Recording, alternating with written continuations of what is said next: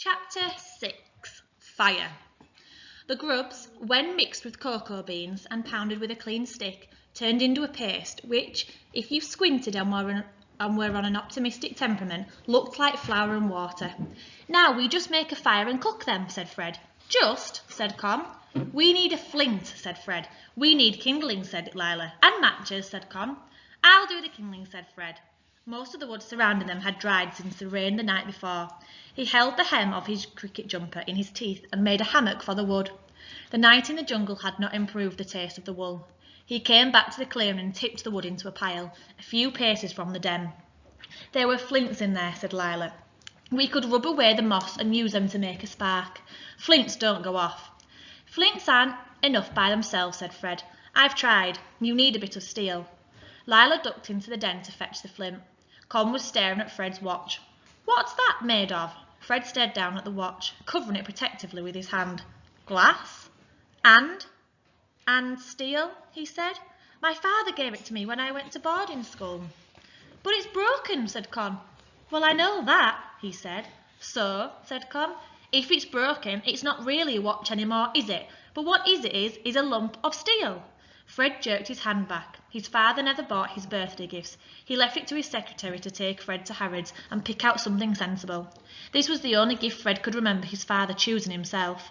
He had it engraved with Fred's initials. Lila nodded. "It might be the only way," she said. Her voice had sympathy in it, but grit too. "Fine," said Fred.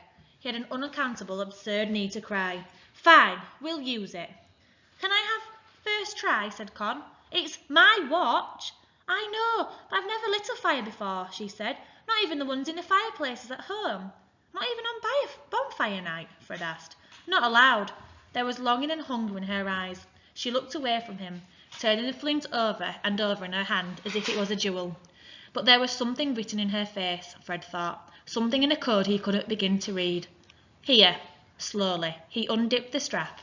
He held the watch in his fist, surreptitiously tracing the letters on the back with his thumb. Con watched in silence. He put it in her palm.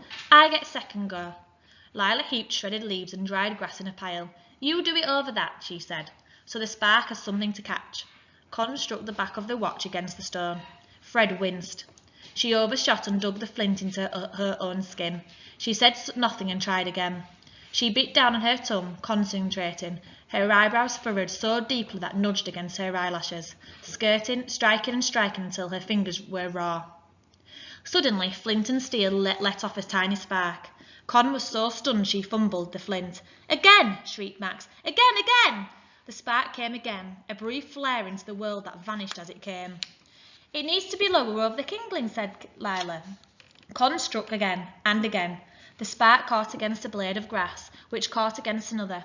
Fred's heart leapt and he dropped to his stomach and blew on the scrap of fire, terrified he would blow it right out. The flame faltered. No, don't die," said Con. Lila added a handful of dry moss. Fred blew again. The fire seemed to breathe in and then exhaled a cough of flames. Max whooped. Lila held out a sheaf of twigs. The fire caught of them, made 5 burning fingers, ate them whole. It belched upwards. "More," said Max. He was dancing in a tight circle, slapping at his wrists. "Feed it more." Fred added a handful of bone-dry leaves, and then another and another. The fire made a noise like an idea being born, a crackle that sounded like hope, and sent up a column of flames. They all rocked back on their ankles, grinning at each other. "We could sleep in shifts," said Con, "to make sure it doesn't go out." She looked at the fire with proprietary pride. "We made that by ourselves." Fred put the watch quietly in his pocket. It was scratched now and deeply dented. But inside his pocket he clutched it so tightly it dug in a circular bruise into his palm. "It's the most beautiful fire I've ever seen," said Lila. "Yes," said Con, "by far." Max bit lightly at Lila's arm. "Can we eat now? I'm so hungry I might die." Fred scrabbled in the dust with his nails until he found a flat stone and balanced it, wobbling dangerously on 4 green wood sticks over the centre of the flames. Lila divided the grub paste into 4 balls and spread them on the stone. Eventually, the pancakes began to bubble. Lila poked them. "They're getting harder," she said. "And they smell like a shoe," said Con. "That probably means they're done." One of the trees near the den had vast fleshy leaves, as big as serving dishes. Fred pulled 4 of them down and dropped a grub pancake onto each one. They were hot to the touch and gooey. "They're probably best while they're so hot you can't taste them," said Fred. He bit off half the pancake, trying not to chew much. It tasted disconcertingly animal. It was, he thought, like eating porridge mixed with fingernail grime, but it was better, wildly, infinitely better than nothing. Con nibbled the corner of hers. She grimaced, but she didn't spit it out. "To be honest, it's not that much worse than school dinners," she said, and she smiled half a smile. Max kept his food scrunched in his fists, guarding it from the others. "I don't like sharing," he said. His pancakes oozed out from between his fingers. The clearing was growing darker every minute. Con stood. "I'm going to go and use the—" She hesitated and coloured. "The lavatory. So don't come over here, or look round, or I'll punch you." She paused. "Please." "We could decide on a place," said Fred, "quite far off, and then we could mark a path, and nobody would get lost." They got up, all 4 of them standing close together in the gathering dark, and began looking for a suitably large tree far enough from their fire, but not far enough away to risk getting lost. "This one's big," said Fred. "And this one," said Con.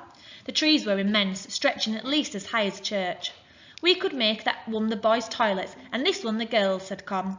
Lila's smile was sudden and enormous. It showed that one of her teeth was wonky, and she had a dimple in her cheek. "We could call it the Lavo tree." It wasn't terribly funny, but once Fred started laughing, he couldn't stop. Con choked and had to bite her fist. Max laughter sent a ribbon of snot flying out across the glade. They laughed loudly enough to scare the birds, and to make the distant monkeys roar angrily from the night perches in the tree. Chapter 7. The Raft. It was Fred's idea to build a raft. He knew that it wasn't, by any stretch of the imagination, what Con would call a reasonable risk, but following the river was the only way he could think of to get home. The river moved fast, and the splash and spit and spray of it sounded like a summons through the jungle. "A raft," said Lila. "From what?" They were sitting in the clearing in the morning sun, clammy with sleep and dew. They had slept inside the den, taking shifts to watch the fire. It had not been a good night. It had grown cold, and Max's feet, which had begun the night in their proper place, had ended up in the Fred's left ear.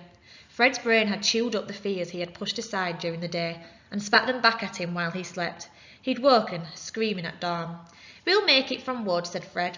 He swept up some of the dew from the grass around him and rubbed his face with it. "There's a lot of wood available. Do you know how?" "I've read a lot of books about it," he said. In the books, explorers cascaded down rivers, shouting things like "Tally-ho!" But he assumed that was not compulsory. And he'd read in an article on the front page of the Times about one man, Christopher McLaren, who had lived for months on a raft, eating fish and drinking river water. He'd made it sound easy. "Why do we need a raft?" said Con. "It would get us out of here." "To England?" she asked. "To Maynooth, and then there would be people there who will get us home." "On a raft? To Maynooth?" said Con. Her voice was thick with disbelief. "People cross the Atlantic Ocean on rafts," said Fred. "They were adults." "There's nothing that says only adults can make rafts," said Fred, exasperated. "You don't need a licence." "Fred's right. We should try," said Lila. "I think it's a good idea." "I knew you'd say that," said Con. "I knew you'd agree with him." "But," Lila looked bewildered, "don't you want to go home? Don't you want to see your mamma?" "Of course I do," Con spat. Fred looked down at the floor. He'd heard Con crying in the night, calling for help in her sleep. "But if we just wait here," said Lila, "we'll wait until we die." "People will be looking for us. We should stay here and they'll come," said Con. Lila shook her head. "The jungle is very big and very small." "I'm not," said Max promptly. "You're small compared to 1,000 miles of rainforest, Max." "We can send up smoke signals," said Con. "We already have some fire. Let's use it." "We'd have to burn down half the jungle to make one big enough to reach that high," said Lila. "And a fire that big would kill us instead of getting us rescued," added Fred. Con was going red. "I don't want to, all right? I really, really don't want to go on a raft and risk my life because someone else thinks it's a good idea." "It might not be a good idea," said Lila, "but it's the only one we've got." Fred's skin was beginning to ache and his stomach to clench. It always did when people argued. He stood up. "I'm going to make a raft. You don't have to help if you don't want to." The raft took more time and involved more blisters than Fred had expected, but it quieted the roar of fear behind the ribs to be doing something. "It's going to work," said Con. Her arms were crossed so tightly across her chest that her fingers were almost touching at the back. The cut on her shoulder was still raw, and we shouldn't make ourselves hungry and tired when the only food we have is grubs. Fred said nothing and went on pulling immense branches down from the trees.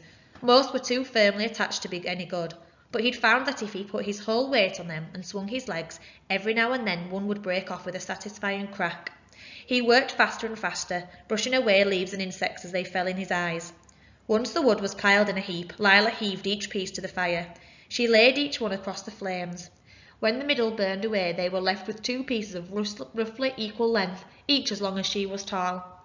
"I'll take off she burnt bits," she said. "It might as well look neat." She hacked away the burnt edges with a flint, getting steadily more covered in soot.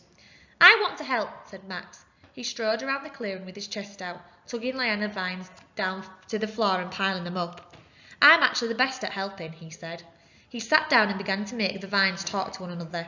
After a few hours, Con unwound herself from her angry ball of limbs. Silently, she approached Max. She took one of his vines and a flint and began to skin back the rough bark on the lion to expose the softer core. Thick as a rope and almost as supple, she covered her face with her hair as she worked and refused to meet anybody's gaze. Fred watched her from the corner of his eye. Con was different when she worked. Before, she had seemed all elbows and claws, touch me not, and defensive eyebrows, but now she seemed absorbed, barely breathing as she bent over the vines. Fred had never been as proud of anything as of this raft.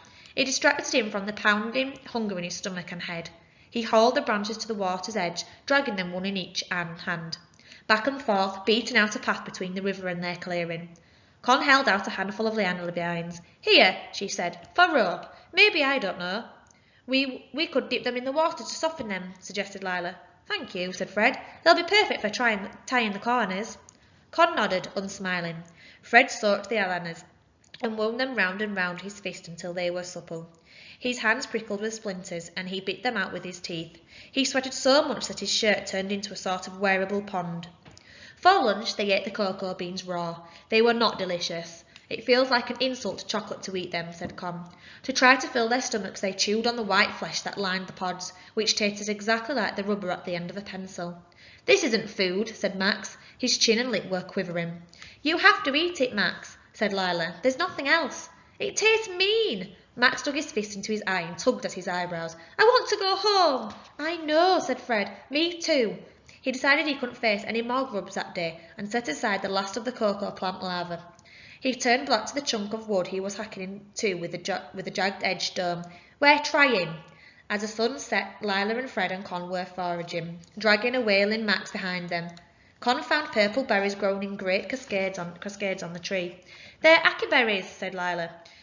"People eat them at home, or," she frowned, looking down at the pile, "maybe you're supposed to make them into tea." Fred tried one. "It tastes a bit like a blackberry," he said. "If the blackberry were angry with you, but it was a relief to have something to chew." Con tried one and sighed. "I miss school dinners," she said. "This might be better roasted," said Lila. They were not better roasted, but they ate them anyway.